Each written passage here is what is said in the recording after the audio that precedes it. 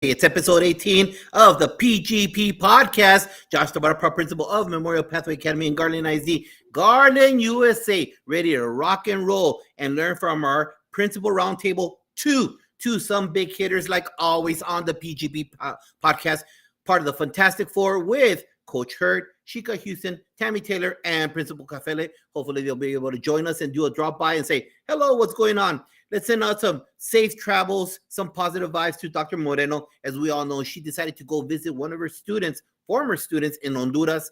I don't know where she's at. I don't know how Wi-Fi works in Honduras, but you know what? Ultimately, she is a very important part of the show, and we wish her the best to make sure she comes back next week. Hey, and you know what? I wanted to start off something, just thoughts and prayers for Appalachia High School in Georgia.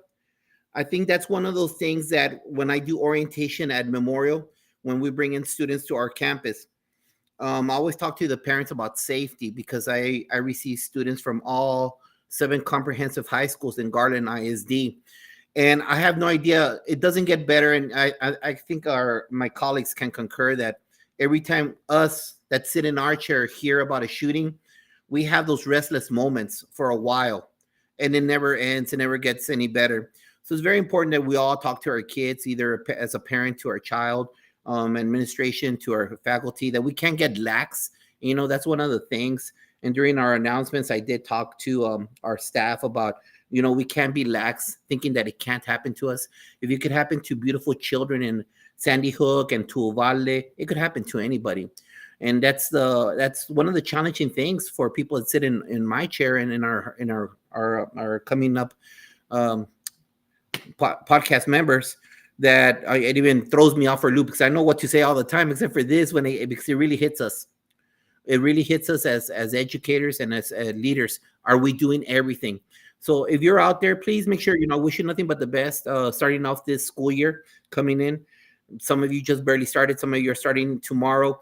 But you know what? Let's think about safety. Let's make sure that we are on the lookout, making sure that our kids are wearing their IDs. Parents talk to them about there's no such thing as a funny saying, and I think my colleagues can also attest to that. Sometimes kids say in a joke, we're past that. We're past those kind of things, and so it's very important that we send out our love and our prayer for everybody. My understanding is that we've already had 45 shootings in the United States. 45 guys, and so it is the world that we live in. It's challenging. That's why we need to make sure that we're stronger together. Parents, students, and campus members, that we move forward and always vigilant for the safety of everybody out there. So, I mean, I don't like to start off with Debbie Downer, but you know what? That's the reality of the shoes that we walk in out there. And I want to also make sure that we start out something new. And I see Dr. Moreno. I think, is that you, Moreno? There we go, Dr. Moreno. All right, Moreno. I see you got the brakes. Can I hear you? I made it. Okay, I told you not to rush, dude. But you know what? And as I told Dr. Moreno, I wanted to get started off with a little quick segment, 2 minutes. That's called Chinchilagua. Do you know what Chinchilagua is, Dr. Moreno? I've never heard of that. Ever. Is that? Chinchilagua is a game played by people in Mexico. Kids line up like in a caterpillar, and then there's a kid at the end, and he says, Chinchilagua y arriba, boy. And what he does is that he or she jumps on top of the other ones, and the other ones get on top of the other ones. Yeah, I understand safety issues, I understand, but you know what? That's a cultural thing. But what do I mean by that? What I mean is that it's a fun thing playing that game. It's part of our culture. It's fun, but it's also can be challenging. And part of that I just like to give during this moment at the start of each show is 2 minutes, just some advice out there. I'm a very old fart. This is year 32 for me. Getting close to the end of my career, and I just like to some quick advice. Hey, if you're a middle school coach, please make sure that you help out all those kids love the sport. Please make sure that you encourage them to be part of something. And I suggest if you are a middle school coach, and it's not easy to get coaches. If you're in middle school, you know that. We cannot find coaches. I was a middle school teacher, and I coached everything because we didn't have enough coaches. But you know what? Coach, instill the love of a sport. don't run up the score on another school and play all your kids, because that really takes away from a program. And I've been on sidelines where coaches run up the score. Well, what do you get from that? I don't understand that. You demoralize everybody. And not only that, you don't give the opportunity to really learn what the plays are, because by the time that the score is 28-0, kids are demoralized and you're just going to be running over them. And that creates a dislike for the sport. So, hey, middle school coach, I know that you want to move up the ranks. I've been there. I understand. I was a middle school coach, but you know what? There's a way of how to do it. So it's very important that you do bring in everybody in a positive way for the love of athletics, because you know what? A lot of beautiful things do happen through the athletic route. You got a chinchilagua there, Dr. Moreno? Hey, you know what? I'm just super excited. I learned a lot about Garifuna yesterday. I'm in Honduras. That's why my hair is the way it is. And I ran over here because I just had to go through San Pedro Sula, which was a very dangerous place. But gracias. But yeah, I made it through the city, and I am here in El Progreso now. And but I was not going to miss your show, Josh. I was not going to do that. So do you got a chinchilagua moment, some advice out there? 2 minutes. You know what I have to say is exactly what you were talking about as far as that score. I mean, it's so important. I've seen football games where it's like 49-0. Like no one even cares anymore, right? So I would probably just kind of piggyback on that, just because I'm running and I'm sweating right now. But just all those people out there right now, it is hot here. It really is hot. Everybody out there, I want you to seriously just take a moment and truly start talking to your kids and really pay attention to what they're saying. There's so many kids out there that are looking for someone to talk to. And so please take that time and really listen to them and get to know them. They need to see role models, and they really need to hear our advice to them. So it's great time to kind of talk to them right now. Beautiful. And you know what? Who wants to talk to everybody out there? Our awesome guest, Dr. Moreno. We have the best of the best across the United States, from Connecticut, from Colorado, from North Texas. I don't know if Mr. New Jersey's in the house. No, he's not here. He's still waiting for the grand entrance right now. Hey, welcome everybody. Thank you for being here at the PGP podcast. And we have our Principals Roundtable number 2. We're going to go around, introduce yourself, and tell the audience, please, let them know your name, where you're from, what roles that you served. What roles have you served? Teaching-wise, if you've coached anything. And then after that, which one was your favorite out of all those roles? We'll start off with our former and still Principal of the Year for the United States, TASSP, Ms. Donna Hayward. Welcome. Introduce yourself. Hey there, Josh. Nice to be with you again. So I'm Donna Hayward. I am the principal of Haddam Killingworth High School in Little Higganum, Connecticut. This is, let's see. So before I was a principal, I started out in education as a high school math teacher.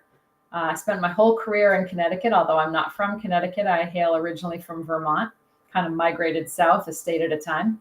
State of New England. So after being a math teacher, I was an assistant principal at the high school level, and then a principal. And yes, I was a coach. So in my first years, I coached basketball, and I also coached field hockey, which interestingly enough, I had never played before I coached. And which one was your favorite? Oh, which role was my favorite? I think being a principal is my favorite, honestly. It's just kind of who I am. Appreciate that. Like to welcome George Valenzuela to the house. Great speaker, writer, author for Solution Tree. Thank you for being here, hermano. Appreciate you sharing the show with us. And part of the Fantastic Four, Melissa Jones-Chunu and Dot McKeever-Cheever. Thank you for being here. And Donna Guerin. Fantastic Four here, family. They're all around. And our current Texas Principal of the Year in the house, Ms. Morales. Introduce yourself, please. Hi, yes, I'm Angeline Morales. I'm the proud principal at Ouida Bailey Middle School here in Royce City, Texas. And we're just about 30 minutes from Dallas. I started teaching in second grade and pretty much taught everything at the elementary level. and then moved into an ESL specialist position for our district and was a SPED liaison between the district and some campuses. And then I was the assistant principal at elementary for 8 years, and then an elementary principal for 2, and then took a leap into the secondary world 7 years ago, and have been the principal at our middle school for 7 years. I've never coached, but I have 4 boys, and I did coach their teams when they were little, so that counts. But I would have to say my favorite has been the principal role. Awesome. Beautiful. Great. From Colorado, Mr. TikTok creator himself, Mr. Social Media, Justin. Talk to the world. Hey everybody, Justin McMillan, principal at Quist Middle School in Colorado. This is my 17th year as a principal. Before I was a principal, I was a science teacher at the high school and middle school level. Before that, I was in the Air Force. Before that, I was a coal miner. Before that, I was actually a rancher. So I've officially worked a mile above ground, a mile across the ground, and a mile up, just everywhere. Wow. But the greatest job that I've ever had is middle school principal at Quist Middle School in the school district 27J in Colorado. Thank you for sharing that. And Mr. Reflection Saturday here with his new merch. That guy's selling his merch. Buy that guy over there, the corner there, right there. Mr. It's that way. right there, down there. Mr. New Jersey in the house. Nick, introduce yourself. Tell people the roles that you've served and which one has been your most favorite. First of all, I'm sorry. This is tough. Like, I have a 2-year-old, a 5-year-old, preschool, kindergarten. My dog, like, we've been gone all day long. This is what happens when you're a principal. Craziness happens. Nick Edwards, New Jersey, Dover School District, Academy Street School. It's my brand. Be kind, work hard, be great. I'm so happy to be here. I apologize. I'm so blessed to be with these wonderful people. I can't wait to listen to them. It's very excited. So thank you. Sorry, but kids, this does happen. Children are in the house. Love you all. Let's go. Let's rock. You're good. Now, Nick, you didn't finish it off. What was your favorite role? Being a principal, of course. I got to be a principal. All right. My whole life, I've been a teacher, and I went to assistant principal. But in 3 weeks, I became a principal, and 4th grade teacher to a principal. That's my life. Teacher to principal, big jump. Excited to be here. Can't wait to listen to your stories and ready to go. Awesome. Thank you for sharing. Hey, I'd like to welcome to the house Mr. David Arencibia, last year's Texas Principal of the Year. He was in episode 3 of the PGP podcast talking about an elite culture. So get that guy's book also. Make sure you pick out because you know what? There's nothing but nuggets of knowledge out there. Dr. Moreno, take it away.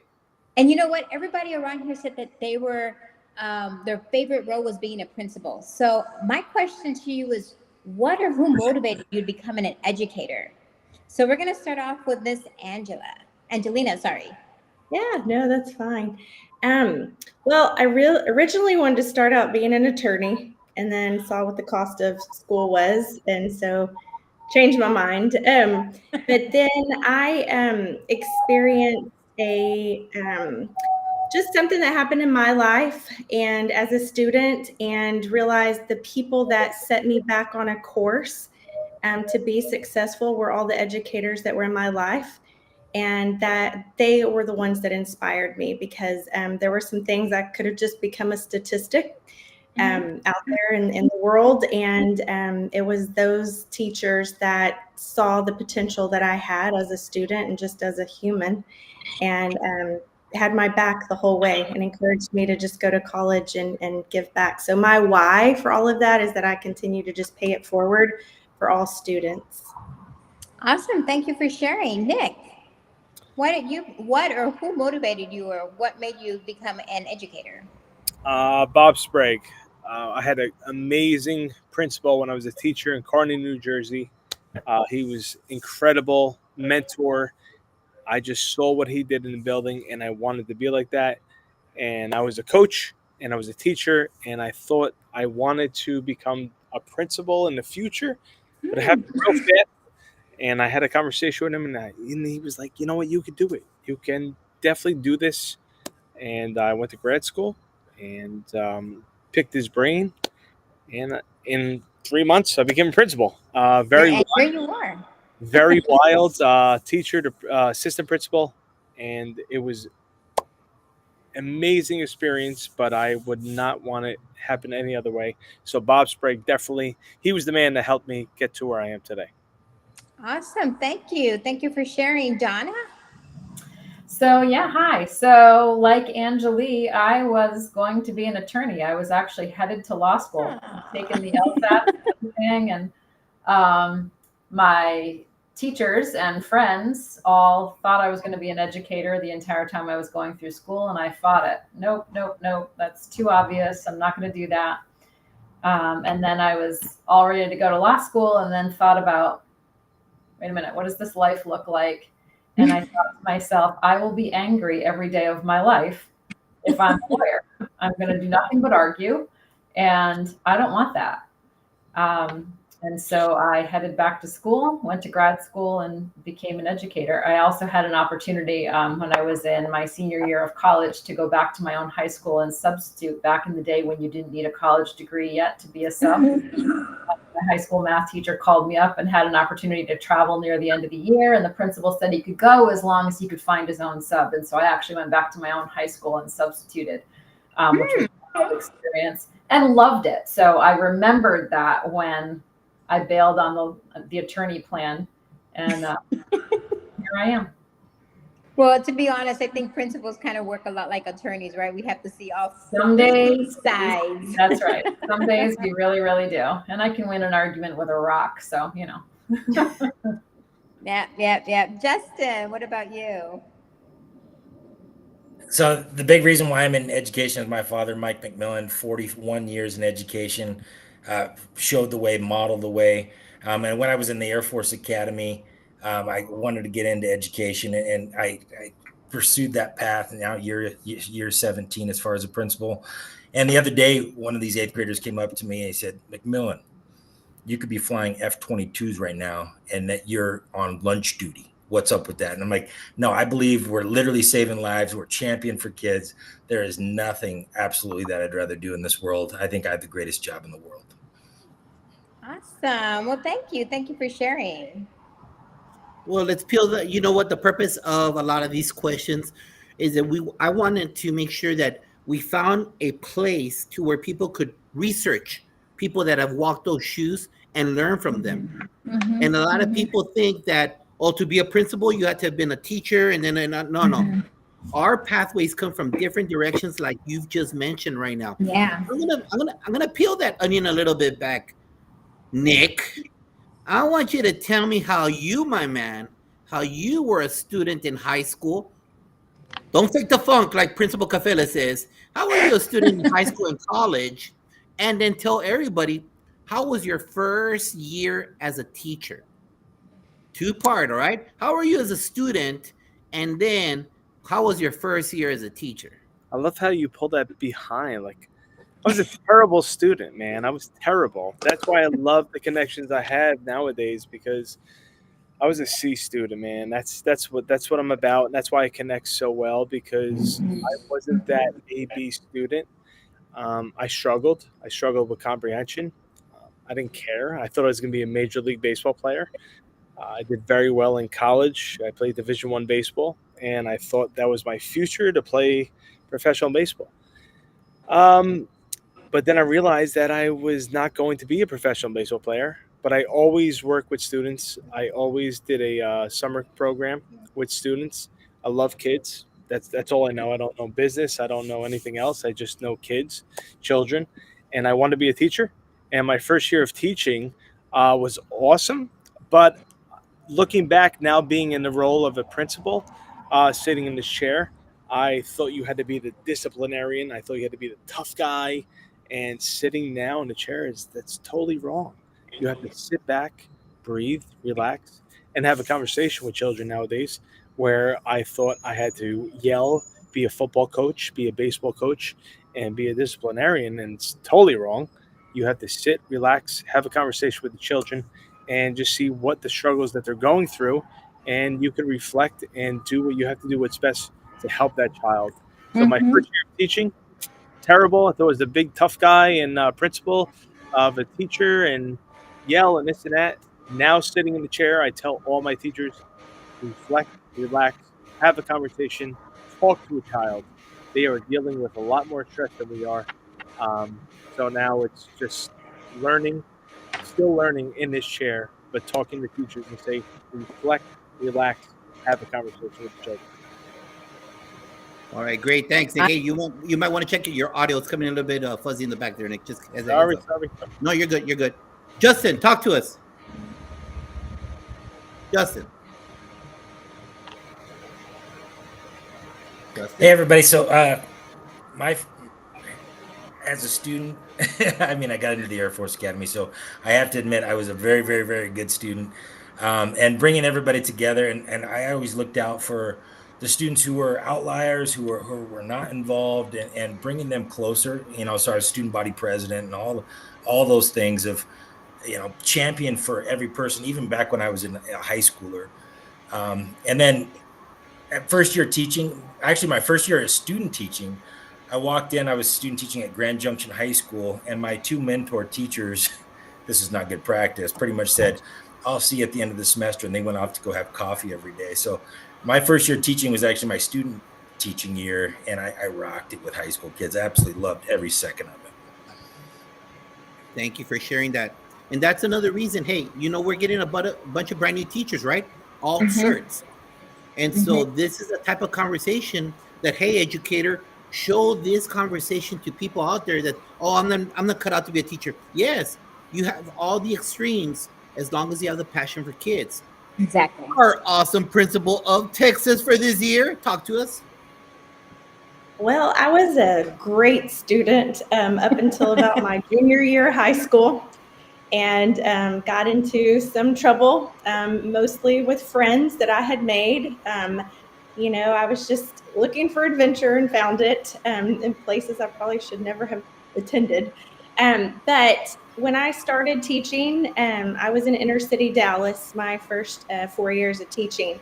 And while that was the most rewarding time that I have ever really had is working with those kiddos, my advice to all teachers, I mean, I tell them most of the time that I would have fired myself my first year. But I tell them just keep asking the questions and know that there is a whole network out there to keep going and finding what works for you, what's best for you. But mostly, like Nick said, you know, just every kid has a story and every kid needs somebody to champion them and be in their corner. And that could be you every day. And so I make sure teachers know, you know, yes, we've got content and curriculum to go after, but you also are there for a kid. You're there for a reason, and it's going to be a kid that's going to walk through your door someday. Yeah. Yep. Que bonito. I love it. Donna, talk to us. Yeah, so I was also a great student. I loved school. You know, was all in, did all the things, all the activities, you know, straight A's, the whole 9 yards, which is probably no surprise then. I stayed in school forever. My first year of teaching, though, I think the biggest shock was, you know, meeting all the kids who didn't love school. And as a first year teacher, you know, as is too often the case, I was assigned the hardest classes. I was assigned the lowest level, you know, academic classes, the most disenfranchised students. It's amazing when folks assign, you know, the hardest classes to the new teacher. Why is that? That doesn't make any sense. You know, it should be your most gifted teachers that teach those students. But anyway, so I had to swim. And so I built relationships with those kids, and I loved those kids. I still remember every one of them, and they came to see me years later. So my first year was all about learning how to reach the kids who didn't just love school like I did. What a foreign concept to me. But I didn't forget how hard that year was. It was exhausting. And at least as principal now, I can make sure that our youngest teachers, our newest teachers are not assigned to those classes, you know, and then just kind of left to swim on their own. I swam, but it's amazing I stuck with it. So. Yeah. Awesome. Thank you for sharing, everybody. Appreciate it. Dr. Moreno? And you bring up a good point, because you're talking about those teachers that are brand new, right? And with the teacher shortage, I want to know how you're addressing that that that problem, right? The fact that we have a teacher shortage and we have so many new teachers that are coming in through alternative certification. Yeah. So Justin, kind of think about you as a principal now. How are you supporting and how are you addressing the teacher shortage? Yeah, so the big thing is making sure connecting in with people on a regular basis. So our new teachers are well supported. They have mentors that are meeting with them every single week, and not assuming even somebody who's brand new to the building but might have 10 plus 20 plus years experience, not assuming that they just have everything there. So it's setting up a scenario of I got you versus gotcha scenario. So Yes. you'll never see me in my office. You'll see me in the classrooms, setting up our leadership team where they're getting into the classrooms on a regular basis. Not only to give feedback, but to check in. How are things going? How's the home life going? How are they balancing all those aspects that make this education job so difficult? The hard part about Mm-hmm. teaching is that it's the most important job, and the hardest part is that it matters every day. So teachers that are really holding themselves to a high standard are feeling that burnout, that stress of I have to meet 100% of my kids. Yeah. Yes, and that's a tough deal, but we got you on that. And taking care of themselves. I love that you said that, right? Because that's something that we need to make sure that we take care of our teachers and having that self-care. So thank you for sharing. Angelina? Yeah, so we have a lot. I still have vacancies right now, and we're in September. Yeah. Wow. Yeah, it's tough. So, with the teachers that we do have, we are working really hard, with all the processes that we have in place, PLCs, making sure that they have all the information that they need to feel successful going back in.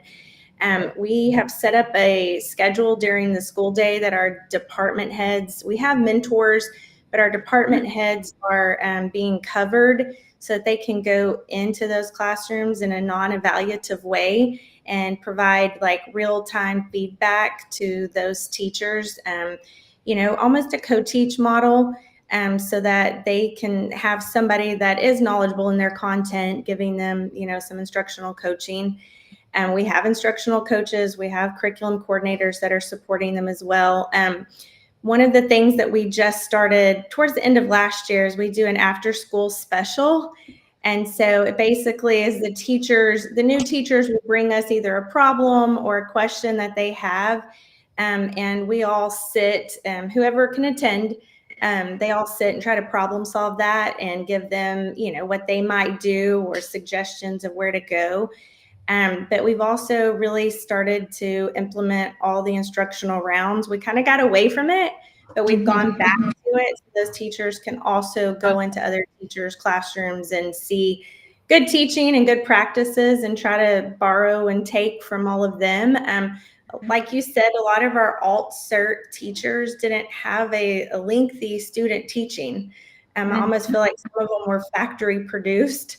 So not to their fault, but some of these companies, depending on who they go through, I feel like sometimes they don't give them everything that they need. Exactly. So, so we feel like that's, part of our job now, and making sure that they have all the tools and equipping them so they can be successful in their classrooms. Awesome. And I love the fact that you have a safe space for them where they can come and bring those problems. Because, how else are they going to get that done, right? So awesome. Thank you. Donna? So there are two parts from my perspective to bringing in the teachers. First of all, you got to go find them, and we are being pretty aggressive now in terms of finding them. We've opened fully staffed every year, including this year, which was no small feat. But I find myself hiring folks who have not gone through the formal teacher training yet. So I'm often hiring them twice now this year. I hired teachers who had just graduated from their undergrad program but hadn't completed their master's degree and earned that teaching certificate yet, which is what's traditionally required in Connecticut. So we're kind of more of a grow your own model right now, which is fine with me because I happen to be blessed with amazing talented veteran teachers, and pretty regularly now I'm saying, okay, this is our best candidate, and he or she is young and super green, and we're going to have to build a teacher. Can you do that? And my veteran staff, of course, always says, yep, let's go. Let's do it. And they build them.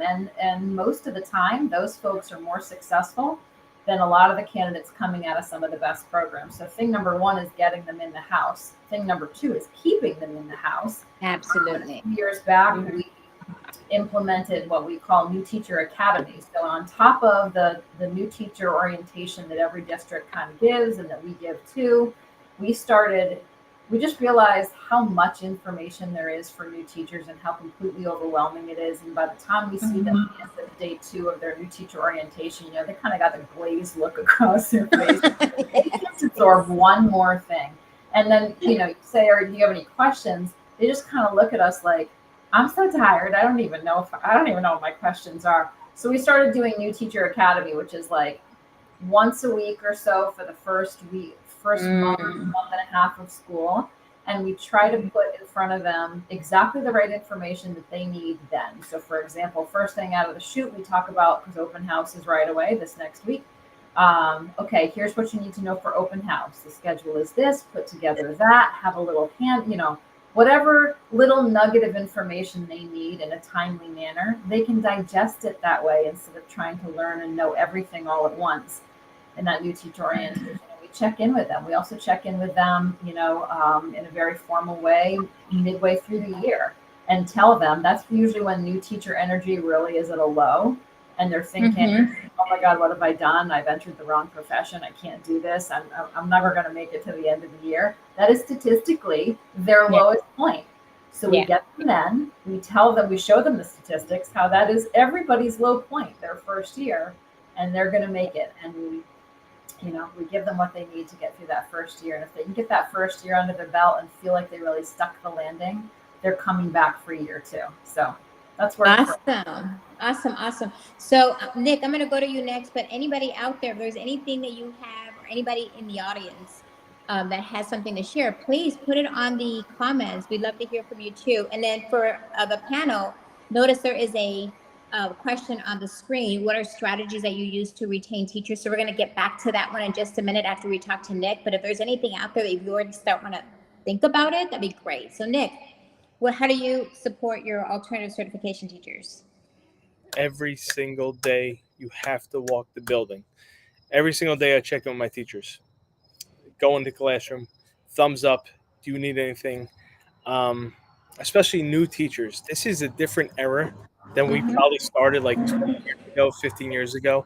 It was very different. I think we have to support our teachers. What do you need? What questions do you have? But if they see us in the building and checking on them daily, it takes a lot of stress off their plate. And no matter what, if we are walking the building visually, the children see us. They're excited to see the principal in the building or assistant principal. Hey, Mr. Edwards coming into the building, they're giving high fives, thumbs up, this and that. You have to be positive because that energy goes into the classroom, and it takes away the new teacher that is so new to this profession. They're like in the classroom, tense, all shaken up.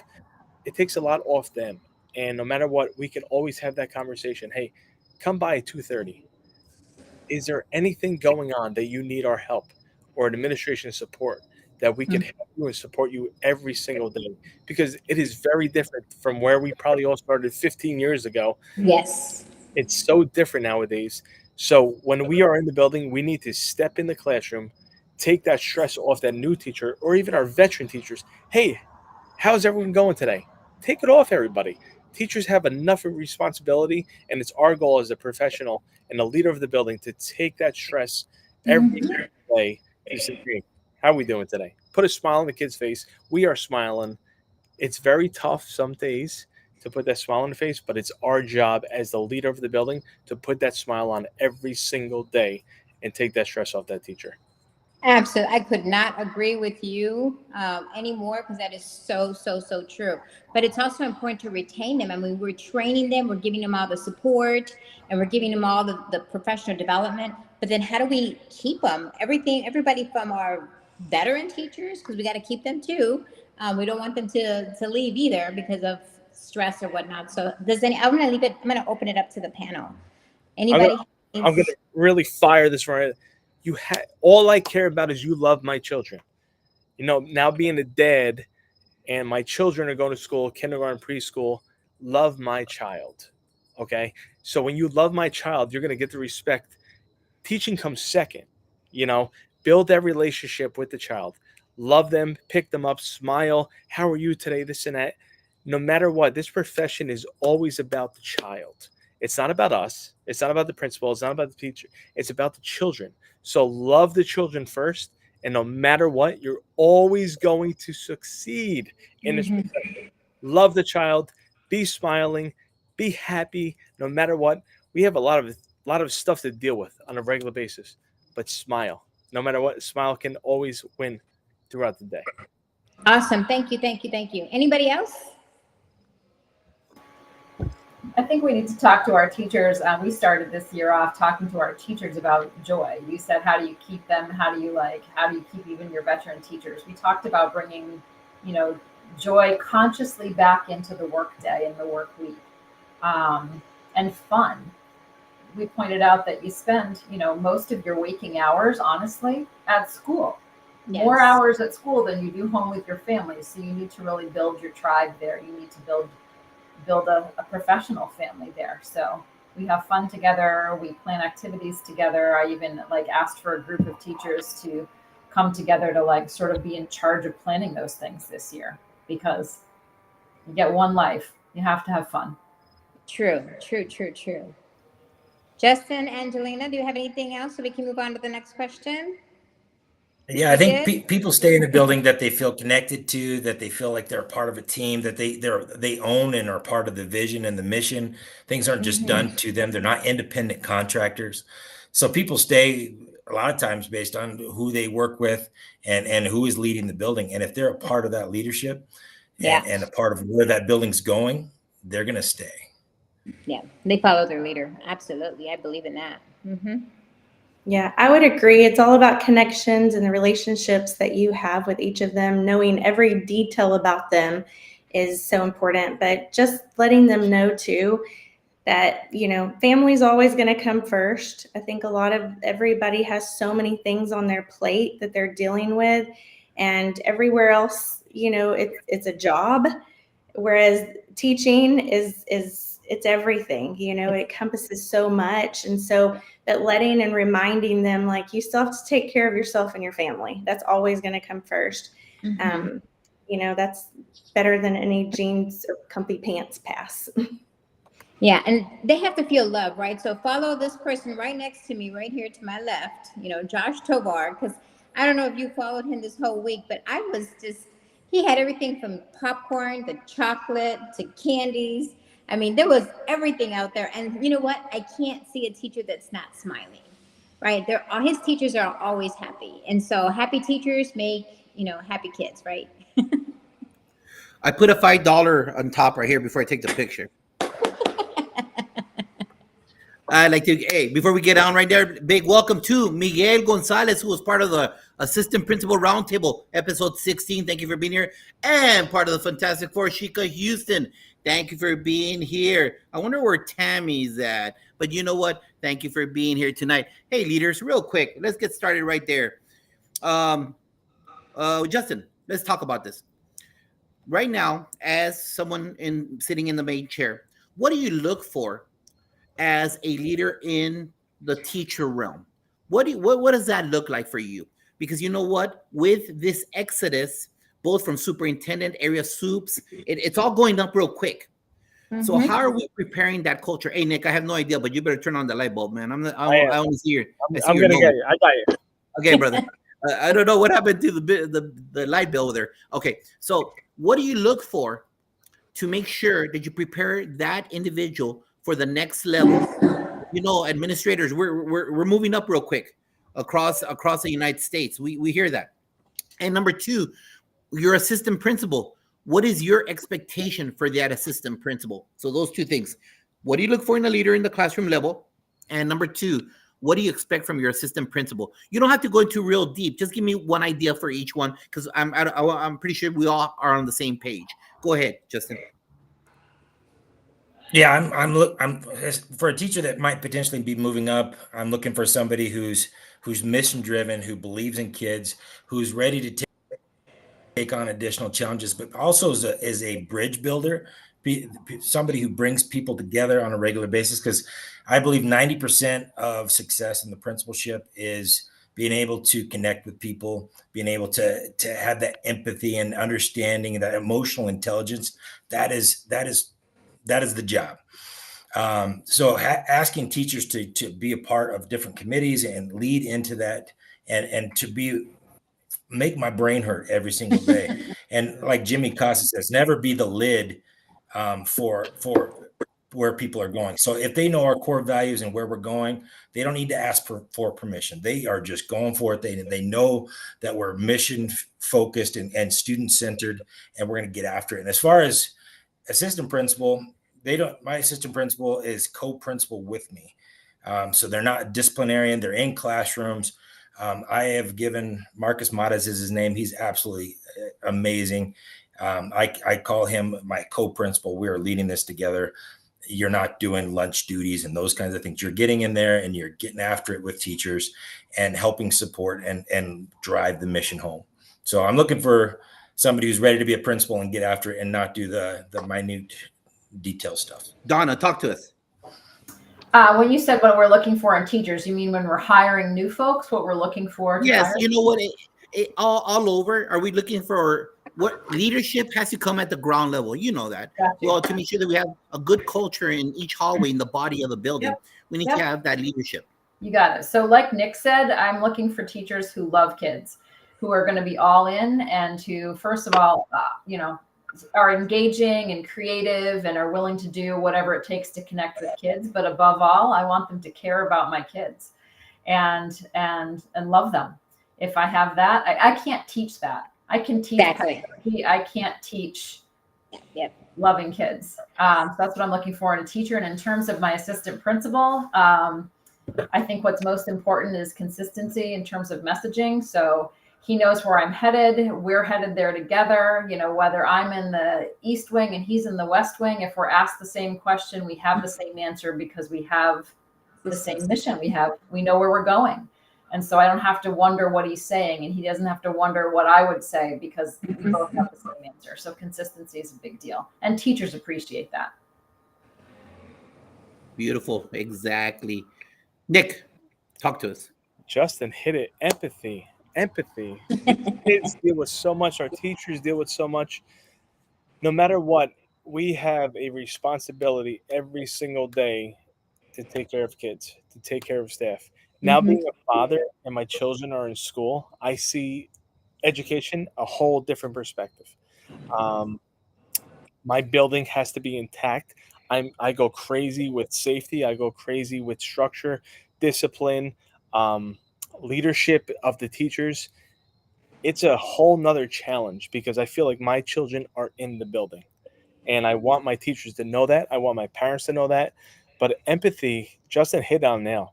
We really have to take a step back and see what our children are going through. We can have children that go through single parents. We can have children that sleep in a bedroom, a single family bedroom apartment. We really need it's relationships first. It's understanding a child, then the education. Yes. Build connections, build relationships, love children, and then education comes second. I mean, Justin hit it. It's very simple. We put education on a pedestal of making it so difficult, but it's very, very simple. Love children, give your best, lead the way, and your teachers will follow. Your administrators will follow, and it's very, very simple. Awesome. Angeli. I agree with what everyone has said. I want to hit what Donna said too. There's a withedness to individuals that you just can't teach. And if they have a withedness of what good teaching is and what it means to be around a kid to grow them, that's a mindset that no book can. There's just not enough research or practices for me to give them. For our teacher leaders on campus, everybody has a leadership role on campus. And no matter what the capacity is, we do a lot with our department heads and our leadership committee. One of the strategies that we have built is what a teacher on our campus looks like, almost a profile. So when we're hiring, if there's not someone from the department available, they still trust that we're looking for, people that are like-minded on our campus, and they know that that next teacher is going to come in and carry their weight. They also know that they've got the mental capacity to handle the hard things, and know that they're going to be there every second for those kids.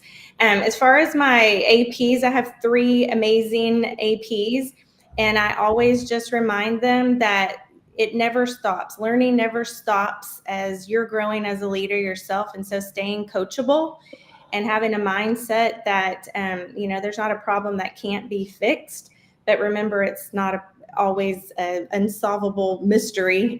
Someone out there has solved it. We just have to tap into everybody to find it. Thank you for sharing, everybody. Hey, out in the audience, don't just stand there. Let's type away. Let's click away. Tell us why. What is your vision for that? Dr. Moreno, take it away. Awesome. You know what? Every principal has a great story. I was a principal for 20 years, and I can tell you a gazillion stories. I want to know. I want to know about a success story that you've had sitting there as a principal, and how could you have handled problems differently? So let's start off with Angelie. Angelie, you need to correct me. I'm so sorry. I was calling you Angelina, but I have life now. Well, it's such fine print. So a success story that I've had, when I was student teaching, I met a teacher that just inspired me in all ways, and continued me on a path to become a principal. She did not do that, but she saw that in me. And so one of the things that I am intentional about every year is having a purpose and to stay driven with an individual that's on my campus. And so this particular individual was my secretary, and we have a Grow Your Own program in our district. And so I just kept at her, encouraging her to do it. And so 4 years later, she's back with me teaching. And that's just a success. I feel like she was my student all along, and just making sure that I'm out there still finding people that want to go into this profession for the right reasons, and they want to grow. So lots of success stories, but that one just, being with somebody every single day and knowing that they have the potential to go and be a great teacher, and seeing her killing it every day is a huge success for me. That is so awesome. Thank you. Thank you for sharing. Donna, what's your success story you want to share? So I always think of the student that we so easily could have lost, who just did not want to graduate, didn't care about school, wasn't engaged. I've got several faces in my brain right now. I'll pick one. I could pick many, but I'll pick one. Gabe. Who knows I tell his story. I actually tell his story on the road sometimes. Just a real angry freshman, just kind of a tornado when he came into my building, and he wasn't into it. His family wasn't into it. He got in so many fights when he was a freshman. Just an angry young man with some challenges all the way around. And really, it was all about, we've said it before, it was all about building a relationship with him. And we went rounds in terms of discipline, because when you've got a student who's acting out that much, he spent a lot of quality time in my office. But alongside the discipline was the relationship building. And quiet moments, when he would come down from being angry, and just really connecting with him. And watching him grow over the 4 years and starting to love school and starting to love to come to school, and the relationships he made at school were just such a big deal for him that you know, So it he's changed it. graduated now. Yep, he's graduated now 2 or 3 years ago, and I still hear from him. I still see him. He comes to visit. So he's just a success story, and his life is going to be great. It's going to be great. And it's Awesome. What about a problem? What about a problem that you could have handled differently? So I think when I was younger, and maybe less patient, it would have taken me longer, and did take me longer to figure that out with the Gabes of the world. So I think we butt heads a lot longer when I was younger. And it took me longer to figure out that connection had to come first before the student could disarm and engage in school. So True. Awesome. Nick. It's all about failure. You have to fail. You have to find those students that you can connect with that fail. I failed so many times in my life. If it was a teacher test, if it was the administration test, if it was any failure, you have to connect with those students that struggle every single day, because they see what's real. And if Yeah. you're not in the classroom seeing what's going on, they know. Children know if you're real or you're not real. So when you get the connection with the students, you know what? Mr. Rose, he's kind of real. He's got that city swag in him. That's the kind of connections I want to get with.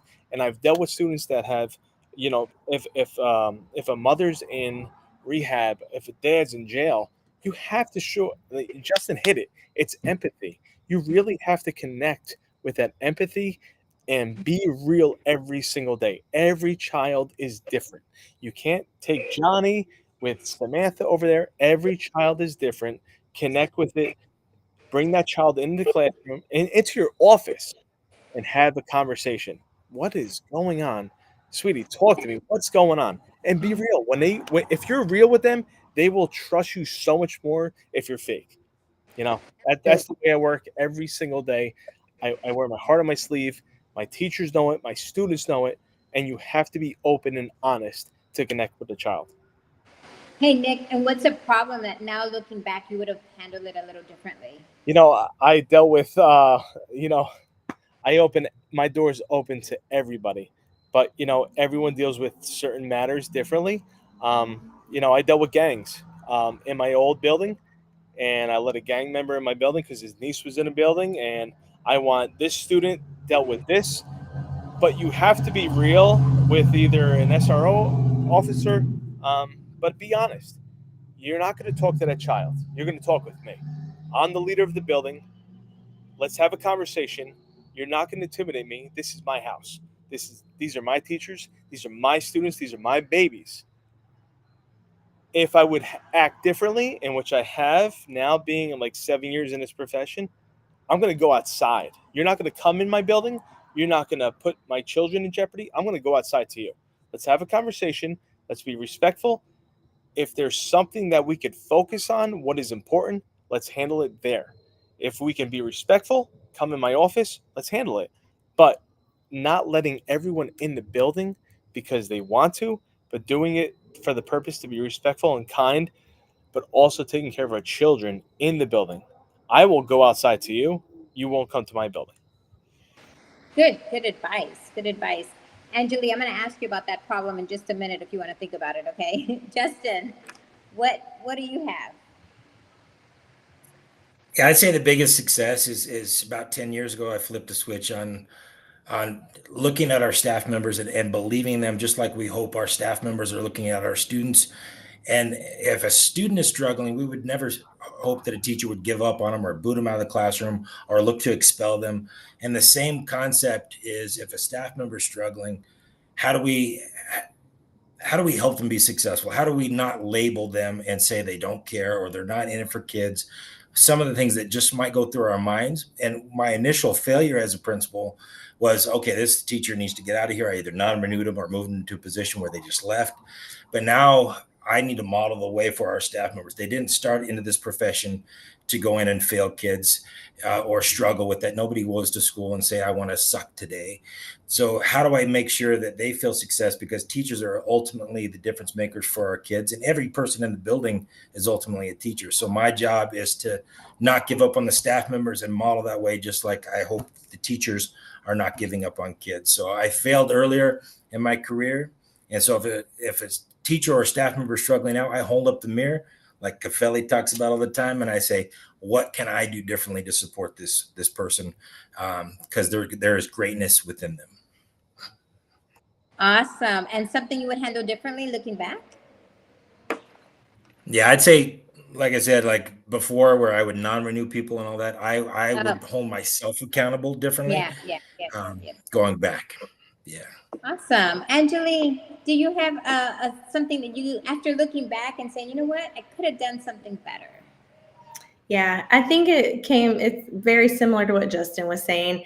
But I went into the principal role thinking, that I was going to save the world and that I could do it all. And I found out very quickly I needed to tap into everybody else around me and listen to what their ideas were, and know that I did not have all the answers, and that sometimes, putting myself in the back and that was hard, because when you're in leadership roles, you're always looking to be the person that makes the decisions, and that's not what was needed. And so my collaboration with my peers and everyone around me, down to getting input from kids, is what makes the decisions the best. So absolutely, having input from kids, I love that. I've heard principals have like student roundtables, right?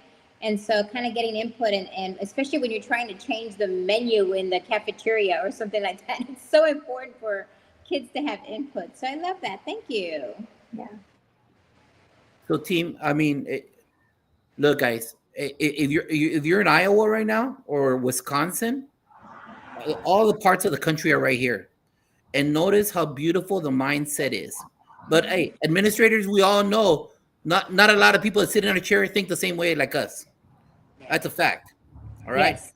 And so we just present now to you that what best practices are on successful campuses. That's why all the leaders are here, because they bring awesome culture to the hallways, the body of what they live in. And it's tons of years of experience. And I just like to ask you this, guys. I shared with you at the start of the show, what's troubling me. I'm asking you right now, what troubles you about our field? What's one of the things that it's at your front? We all have that one thing. It could be regional. It could be your district. It could be the whole country. Angelique, what troubles you? Right now, what keeps me awake is everything that I know my kids are experiencing in a world that they don't necessarily understand, but have to live in it. They've got to survive in it. And so, with the recent just shootings, and we had a student that passed away this past weekend due to an accidental shooting. And just knowing that they're facing some tough things that I don't know if I was sheltered from it, or it just, without social media, they just didn't hear about it. And so just the things that they have to see and hear and try to figure out how to navigate through it, even though developmentally, I don't know that they're always ready for it. Yeah, I agree 100%. Donna, what keeps you up at night? What troubles you about our field?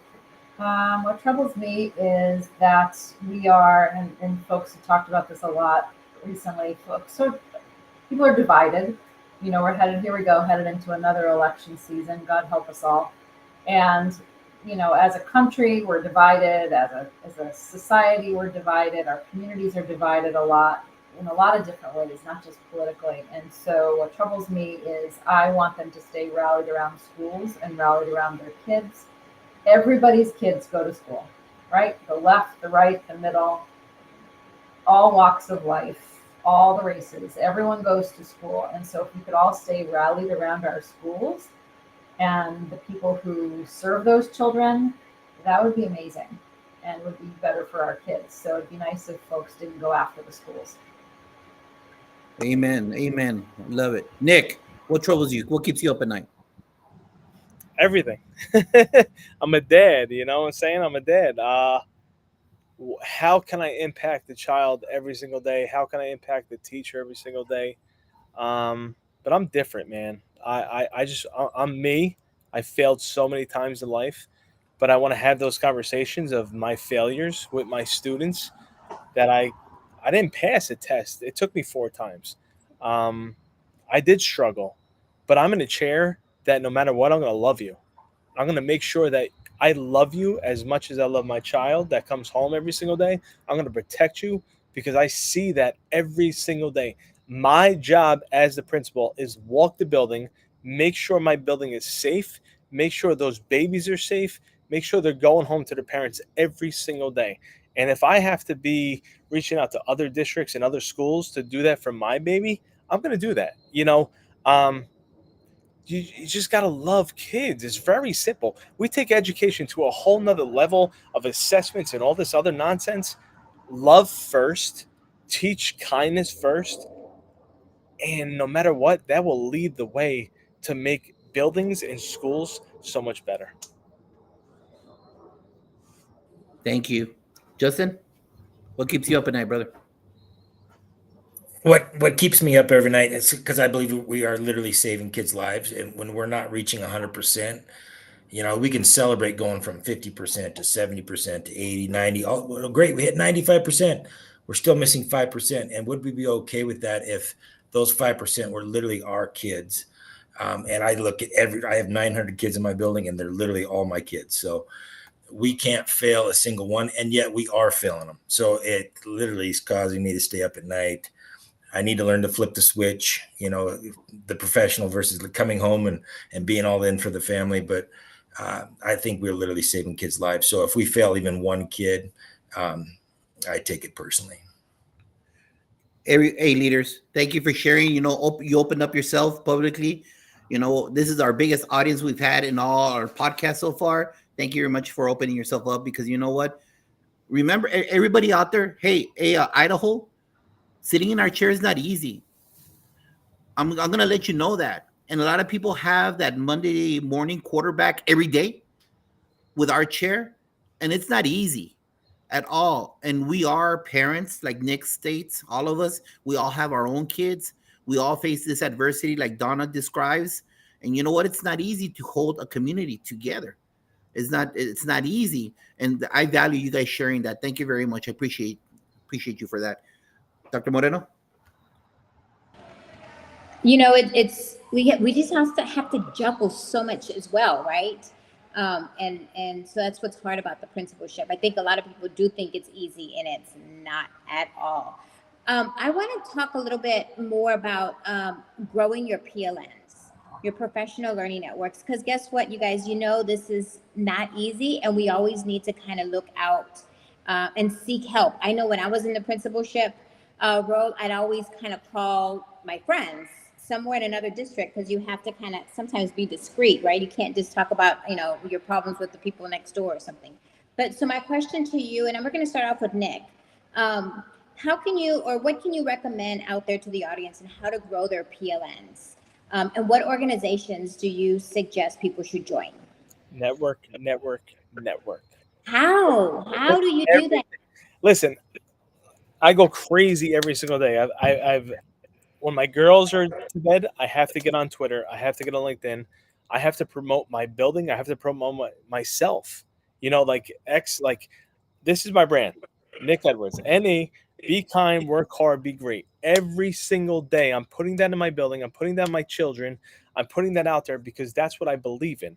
And if you don't believe in yourself, how can the people behind you follow? So you have to be very positive. You have to go out there. You have to get out of your comfort zone. And that was one thing that was very difficult. And that's why I love Josh, because Josh brought me on his first podcast ever. And I was shell shocked. I'm like, oh my God, I'm going on Josh Towar's podcast back in the day, like 3 years ago. Now you know how I felt. Yeah, you know how it is. But you have to do it. You have to step out of your comfort zone. And you have to get out there so people see who you really are. That's why I started my Self Reflect Saturday. I have to get out there. I have to help. It's all about helping. And I it's all about the struggle. It's all about the grind. Put something out there. Josh is my guy. If you're teary-eyed like Josh right now, like if that's about me, I love it because he helped me get out there. Him and Dean Pappard, they took care of me. They brought me in this whole thing. And that's my job right now, is to bring the other people in that are on Twitter, that are LinkedIn. Follow me. I got you. You want to have a conversation? Shoot me an email. Shoot me a text. I got you, because we're all in this. Like Josh says, we're all in this together. It's a struggle. It's a grind, but we love kids. Let's do it together. So getting on Twitter, LinkedIn, and is there any organizations are you involved in now that you think other people should join? I just think you need to follow the best people that love kids. There's so many people out there: Darren Pepper, Josh, John Alsheimer, Don Epps, Chuck Moss. These are guys that I went to North Carolina to have a conversation with. I have a website. Put your brand out there. Put what you believe in, and people will buy in. Just have a conversation. You're not better than nobody. I will go clean with my custodians. I will clean a table with them every single day. I will take care of them. I will check on their family. Like, it's very simple in this whole profession, is to be kind. And that's my brand. Be kind, work hard, be great. It's very simple. It just, I don't know. We make education so difficult, but just love kids and love each other and go forth. Oh no, I think we lost Mari. Her electricity bill in Honduras got cut off. Hey, Donna, talk to us. Let us know. How do you grow a PLN, and what organization should people follow? Well, I'm obviously a big fan of the NASSP. I mean, I can't say enough good things about them. There's resources for everything out there. There are networks, professional networks for everything, from aspiring leaders to first-year leaders to people of color, LGBTQ leaders. Everyone can find some way to connect to the NASSP. So I can't say enough good things about them. And also on a more local level, I have my local network of principals in my geographic region. We get together once a month. We email or text each other very regularly. Questions come up, things in the region, whatever. You need to have your people that you can reach out to. So both of those things. Beautiful. Anjali? Yeah, I agree. NASP has been amazing, just meeting people from all over the United States. But, just start small. I started out with my local state organization, went to a lot of the regional meetings, and now I sit on the board of directors for the state. Then joined NASP and have reached out. But going to conferences, like what Nick said, just putting yourself out there, get out of your four walls, get out of your state lines and get out there and see, what everyone else is struggling with. We all have a lot of the common problems, and we're stronger together. We have another organization in Texas. It's Into Learning. And they are just principals. And as a secondary administrator that, I spent 20 years in elementary, I was able to join a network and grow so much quicker through that organization because it's just principals. And so that was a huge, and they don't stop. It's not like you go through the training. They're constantly reaching out. And there's just so many conferences out there that are global as well, attending some of the PBIS conferences, learning what other countries are establishing for their kids too is helpful. Awesome. Thank you for sharing. That's so true. Justin, Colorado, talk to us. Yeah, social media is huge. Twitter, connecting with people. And there's so much free PD that's out there, whether it's Caffelis every Saturday. Josh does like an incredible job of see him working out and then also reflecting on his podcast. So double duty in surrounding yourself with people who are smarter and better than you, and social media and all these aspects. If you're the smartest person in the room, you're in the wrong room. And so by branching out in your PLN, people who are honestly doing better things than me. So how can I learn from them and get better and connecting? I can call Jimmy Casas right now on the phone and he'll do a quick reflection session with me in 2 seconds. And I would have never had that if I hadn't reached out and been social media, whether it's through X or Instagram and even TikTok. I've hired 2 teachers off of TikTok, crazy enough, but yeah, whatever it takes. That is a first for me. Thank you.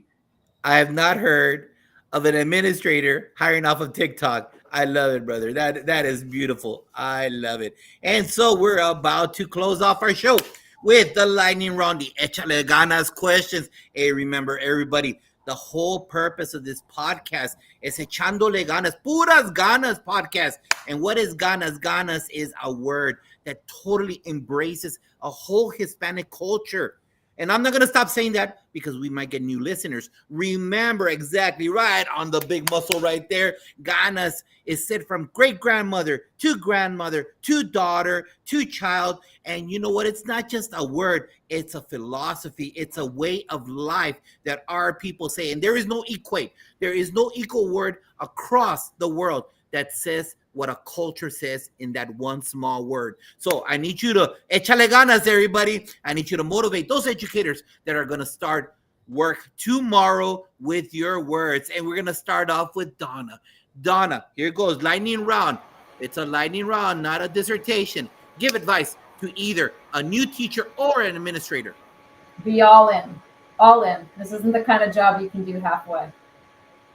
Read a note, an email, a text, or from a teacher, student from a student that wrote you that inspired you.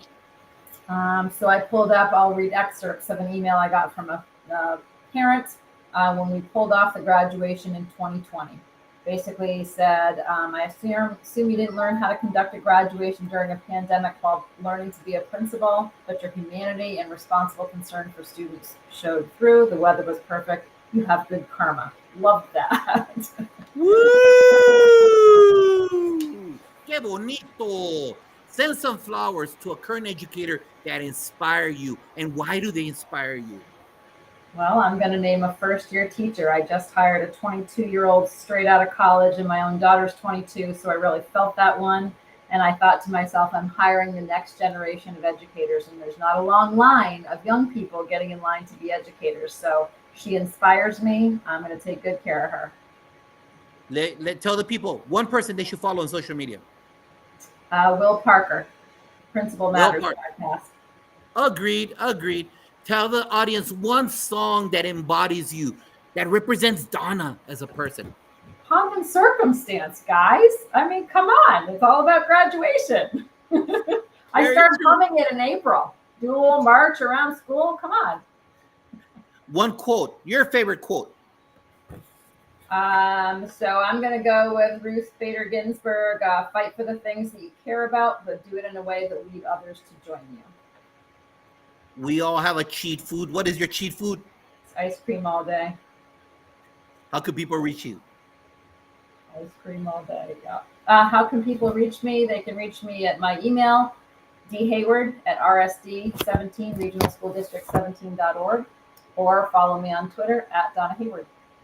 Love it. Justin, are you ready? Échale ganas. Give advice to either a new teacher or an administrator. Believe in kids, believe in your staff, never give up on them. Read a note, an email, text from a teacher or a student that wrote you that inspired you. A 6th grade kid gave me a note and actually did this art project, and it said, you're the reason why I come to school every day. Woo! Send some flowers to a current educator that inspires you, and why do they inspire you? Our 8th grade ELA teacher, Beth Marksburner, 87.2 median growth percentile.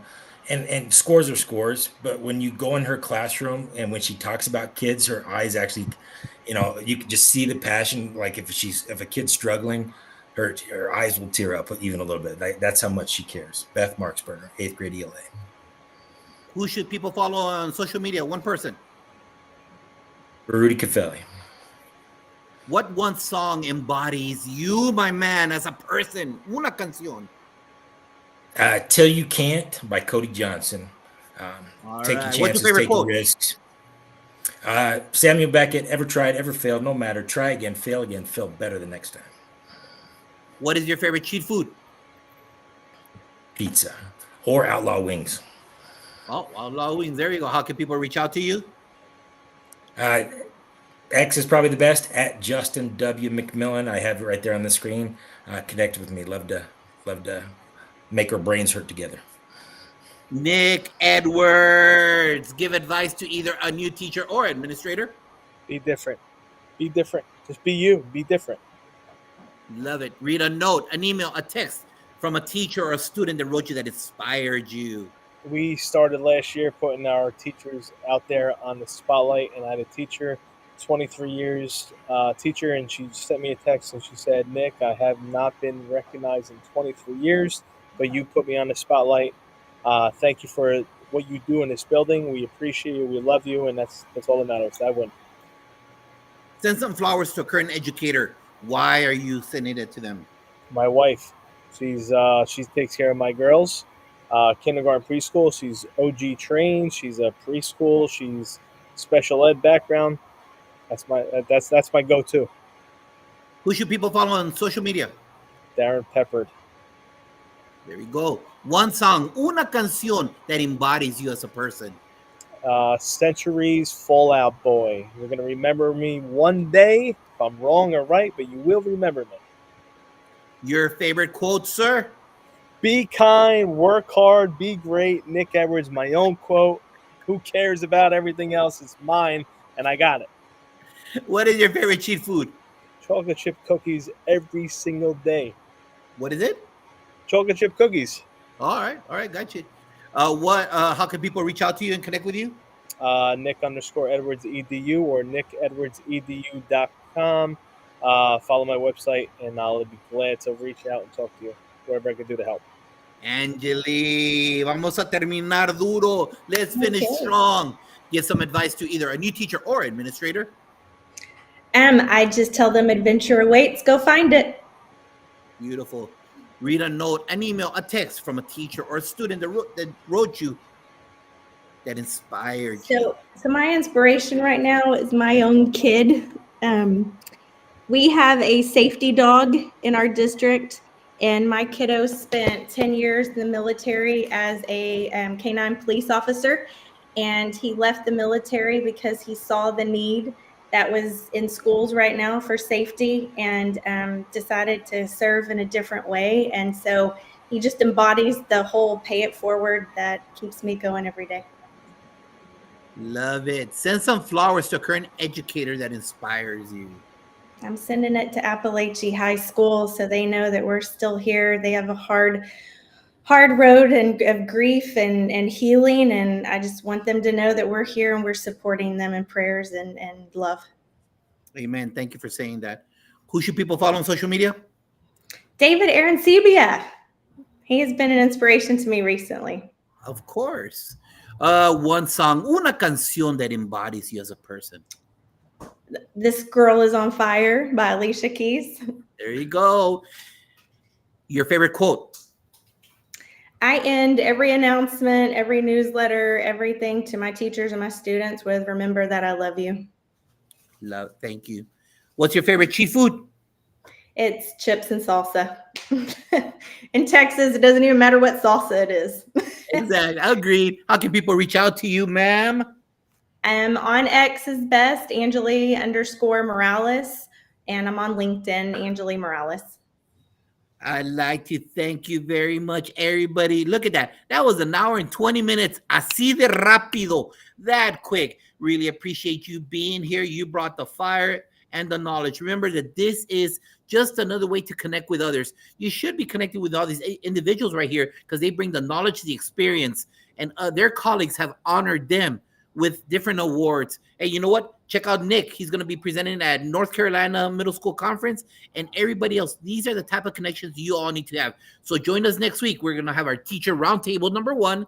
Then we're going to have a coaching podcast number 2, a principal roundtable number 3, and more great things, because you know what? We're not alone. You choose to be alone. All of this is for free. All it requires is your time that you learn from awesome educators like this. we are not alone. The great thing about the cell phone is it connects us with individuals from Connecticut, from Colorado, from New Jersey, from Northern Texas, and we're all in it together. So thank you, everybody, for being here. Fantastic Four members, thank you for being here. David, thank you for closing out right here at the very end. Thank you for being part of the show, and we will see you next week for the Teacher Roundtable number 1 on the PGP podcast. Guests, hold on tight. Don't let go.